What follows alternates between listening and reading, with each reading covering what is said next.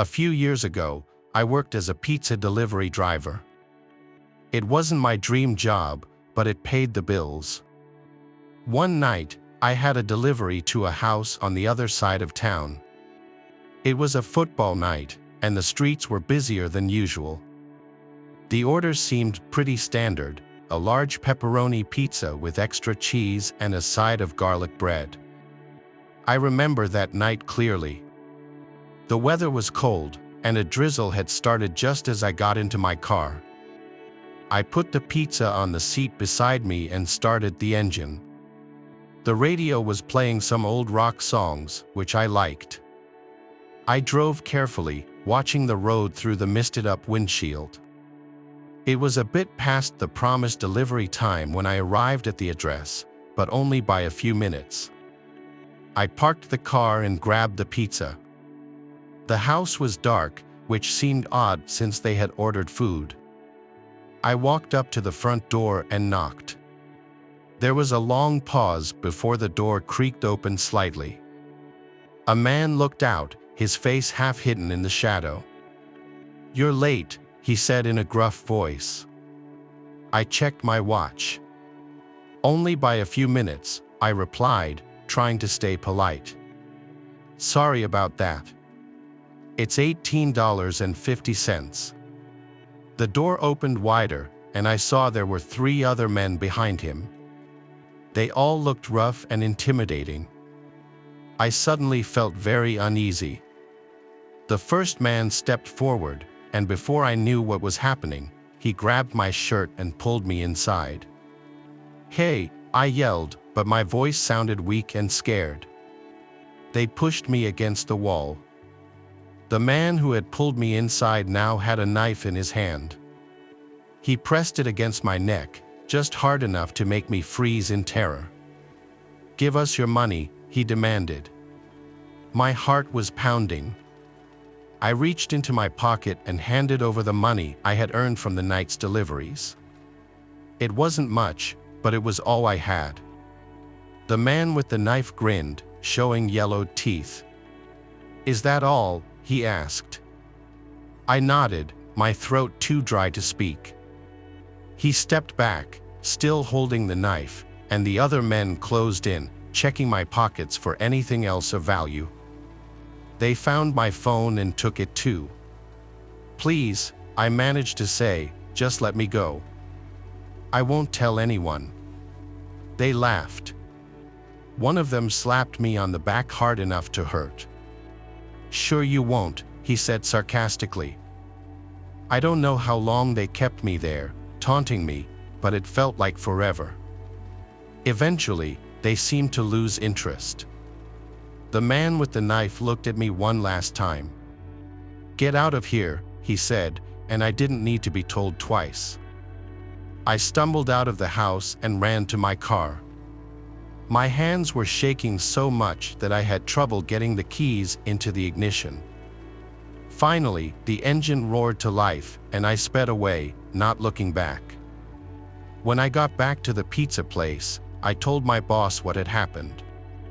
He called the police, and I gave them a description of the men in the house. The police took my statement and said they would look into it. For the next few days, I was on edge, jumping at every little noise. A week later, the police called me. They had caught the men. It turned out they were known for causing trouble in the area. I was asked to come down to the station to identify them, which I did. They were the same men who had robbed me.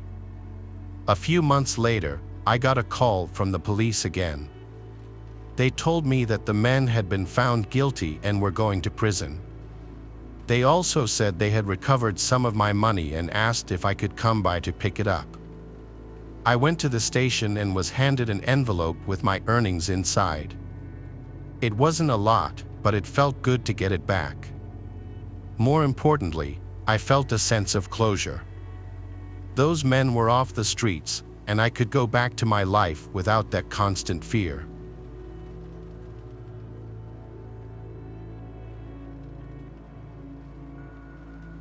This story takes place when I was a junior in high school. For context, here's a little background information. Back in the day, I was a pretty involved student, took all the hard classes, and was in a few varsity sports. In one of these ways, I was always busy and didn't have much time for myself. Part of me was thankful for that. It provided me an escape from a world where my parents had recently parted ways and my older brother had just gone to college. It was just me and my little brother then. He also was a swimmer and a smart kid in his own right. We were really similar, even to this day, but probably because of the stress our family situation put on us at the time, we didn't get along well at all. One of those wet winter days in the Midwest, I'd put in my time at school and swim, and I still had to sit down for several hours of homework. This time, I had to write an essay for some advanced class that I wasn't really interested in. I dropped my swim bag at the door when I got home and looked around my house to see if anyone was home. Empty. Dad must be out with Carwin at swim practice. His club team had the slot at the pool after the high school team was done. I popped in a mouthful of Cheez-Its and headed down to the basement to my office to get some schoolwork done. The house was a middle-class two-story with an unfinished basement, with the exception of what I referred to as my office. From a career past, my dad used to work from home but no longer did. I was the only one who used this place, so my family, or what was left of it, just called it Azaria's office. So I made my way across the concrete floors and unattached carpet scraps down there to the one finished-out room in the basement. I flicked on the CFL light. It was like any other night after practice. I still had hours of homework to do, so I turned on the computer and started typing away. I was typing for what seemed like an hour, trying to bring words to what the concept of hedonism and the picture of Dorian Gray meant to me as best I could, or as convincingly as I could. Out of the dark, I heard my little brother call out to me, "Azaria, Azaria, come up." Almost reflexively, I called back to him, "Carwin, I'm working. What do you need?" We would yell through the house like brothers do, but it took me a minute to realize I didn't hear him come home. I got no response, only for a couple of minutes, though. Again, I heard my little brother's voice sing out, "Azaria, Azaria, come up." It felt strange hearing those words carry across the dark concrete floor. He's supposed to be at swim practice. I called back out to him, asking if he needed anything, but again I received no answer. I thought about just starting my essay again, but the family situation was delicate at best, and I didn't want to be in trouble if my little brother actually needed something. I made the decision to get up and go find out for myself. I bounded up the basement staircase the only way a high schooler can, and I called out again for my brother, "Carwin, what's up? I'm really busy." I checked all around the main floor looking for my little brother or even signs he was home. No shoes, no backpack, so he wasn't home, and there was no car in the driveway either. The only reason my dad would be gone right now would be to pick him up. Satisfied, I turned back for the stairs when I heard my little brother's voice ring out again, "Azaria, Azaria, come up." This time, every hair on my body stood on end. It just didn't make sense. He had to be at practice, and if he really needed me, he would have come to me. I got to the base of the second floor stairs and called out to him one more time, "Carwin, what's going on? Are you okay?" For a minute, no answer. "Carwin, I'm really busy. Can you tell me what's up?" It was quiet for way too long as I stared up the dark staircase. Logically, I had no reason to believe anyone was up there until I heard Carwin's voice calmly speak this time, and not call out in his sing-song way those same 4 words, "Azaria, Azaria, come up." "What?" I asked under my breath. I couldn't comprehend the situation. I did a quick inventory of any probable scenario, break-in, wrong voice, a prank. I would have seen something at this point.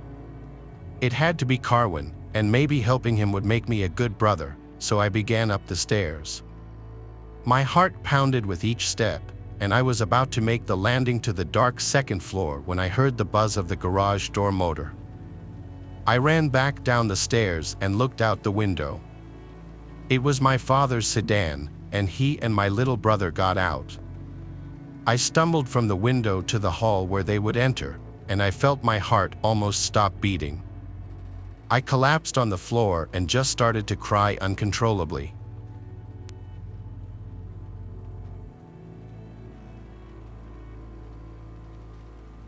I love babysitting. I've always enjoyed spending time with kids, playing games, and telling them stories.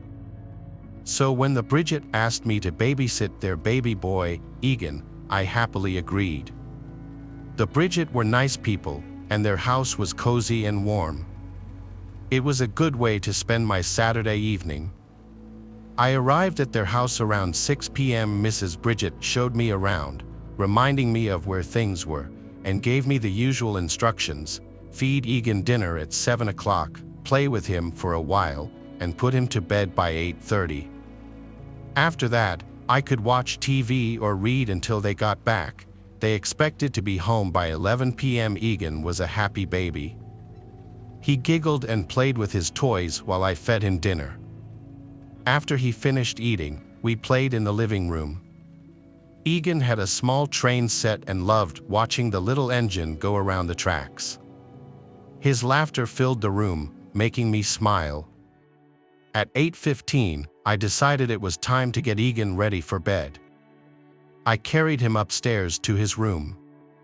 The nursery was painted in soft blue colors, with pictures of animals on the walls. A small night light in the shape of a star glowed gently in the corner. I placed Egan in his crib, and he looked up at me with his big, innocent eyes. "Good night, Egan," I said softly, tucking him in. He smiled at me, and I turned to leave the room. Just as I reached the door, Egan spoke. "Who's the lady on the ceiling?" My heart skipped a beat. I turned around slowly, my eyes scanning the ceiling. There was nothing there, just a plain white ceiling. I looked back at Egan, who was still smiling up at me. "There's no one there, Egan," I said, trying to keep my voice calm, but I felt a shiver run down my spine. Egan continued to stare at the ceiling, his smile fading a little. Feeling uneasy, I quickly left the room and closed the door behind me. I stood in the hallway for a moment, trying to calm myself. It was just a baby's imagination, I told myself. Kids say strange things all the time, but I couldn't shake the feeling that something was off. I went downstairs and turned on all the lights. The living room felt safe and warm. I turned on the TV and tried to find something to distract myself. A funny movie was playing, so I decided to watch it. I kept glancing at the baby monitor, listening for any sounds from Egan's room, but everything was quiet. After a while, I picked up a book from the coffee table. It was one of Mrs. Bridget's mystery novels. I tried to get into the story, but my mind kept wandering back to what Egan had said. "Who's the lady on the ceiling?" It echoed in my head, making me feel uneasy. I forced myself to focus on the book, trying to ignore the creepy feeling that lingered in the back of my mind. The hours passed slowly. Every creak of the house made me jump, and I kept checking the baby monitor to make sure Egan was still asleep. Finally, at 11 p.m., I heard the sound of a car pulling into the driveway. The Bridget were home. I felt a wave of relief wash over me. When they walked in, I greeted them with a smile, trying to hide my anxiety. "How was everything, Mrs.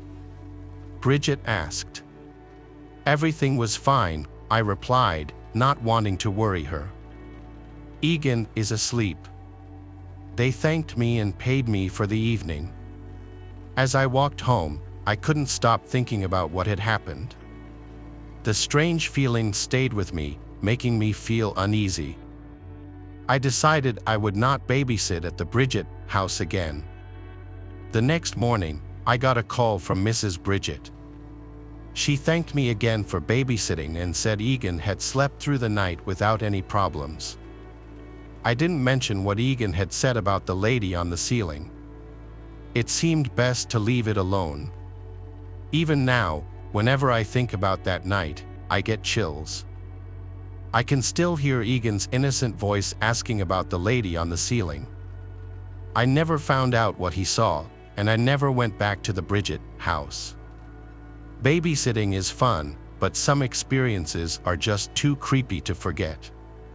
From that day on, I was more careful about the jobs I took. I always made sure to ask a few extra questions about the house and the kids. It's better to be safe than to end up in another scary situation. But no matter how many years go by, I'll never forget that night with Egan and the lady on the ceiling.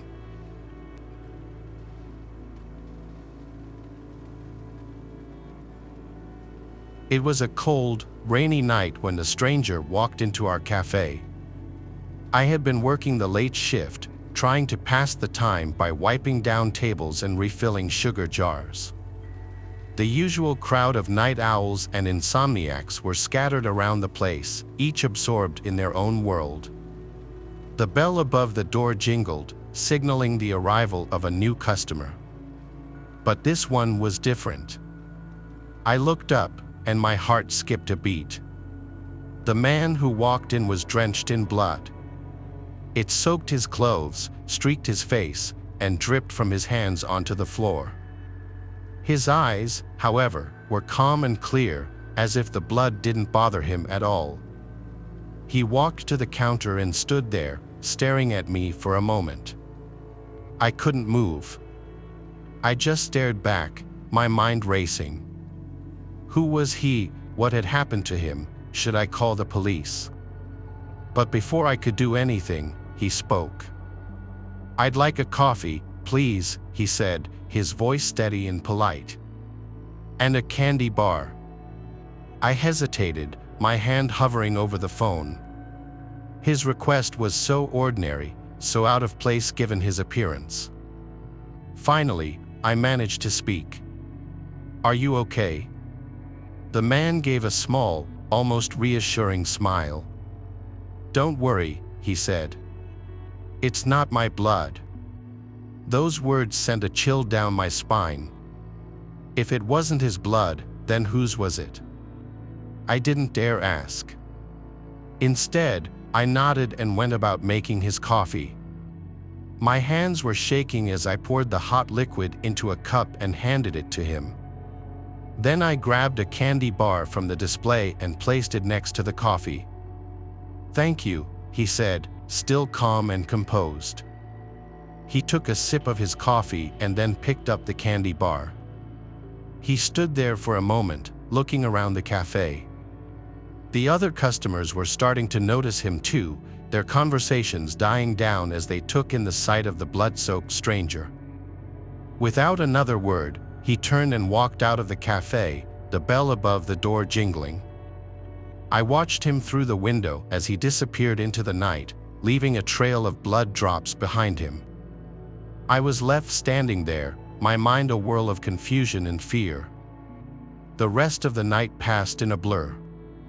I kept glancing at the door, half expecting him to come back or for the police to show up asking questions. But neither happened. The customers slowly returned to their conversations, though the atmosphere in the cafe remained tense and uneasy. When my shift finally ended, I couldn't get the stranger out of my mind. I kept replaying the scene over and over, trying to make sense of it. Who was he? Where had he come from? And whose blood had he been covered in? The next day, I scoured the news for any reports of violence or missing persons, but there was nothing. It was as if the man had vanished into thin air, leaving no trace behind. The only evidence that he had ever been in the cafe was the bloodstains on the floor, which I had scrubbed away as best I could. As the days turned into weeks, the memory of the blood-soaked stranger began to fade, though it never completely left me. I started to wonder if I had imagined the whole thing. But the other customers had seen him too. We occasionally exchanged nervous glances, a silent reminder of the night's strange events. Months later, I was working another late shift when a woman walked into the cafe. She seemed normal enough at first, until she approached the counter and handed me a small blood-stained envelope. My heart skipped a beat as I took it from her. "He wanted me to give this to you," she said quietly, her eyes filled with a strange mix of fear and sadness. Before I could ask what she meant, she turned and left, leaving me alone with the envelope. With trembling hands, I opened it. Inside was a single piece of paper, stained with blood and written in a hurried, shaky script. It read, "Thank you for the coffee and the candy bar. I'm sorry for any trouble I caused. I had to do something terrible that night, but it was necessary. The blood was from someone who had to be stopped. You won't hear from me again, but know that you helped make the world a safer place." There was no signature, no indication of who the stranger was or what he had done. I stared at the note, feeling a mix of relief and unease. The mystery was far from solved, but at least I had some small measure of closure. I never saw the blood-soaked stranger again, but I often thought about him, especially on cold, rainy nights. The memory of that night remained with me, a constant reminder that the world is full of mysteries and that sometimes the scariest stories are the ones that have no clear ending.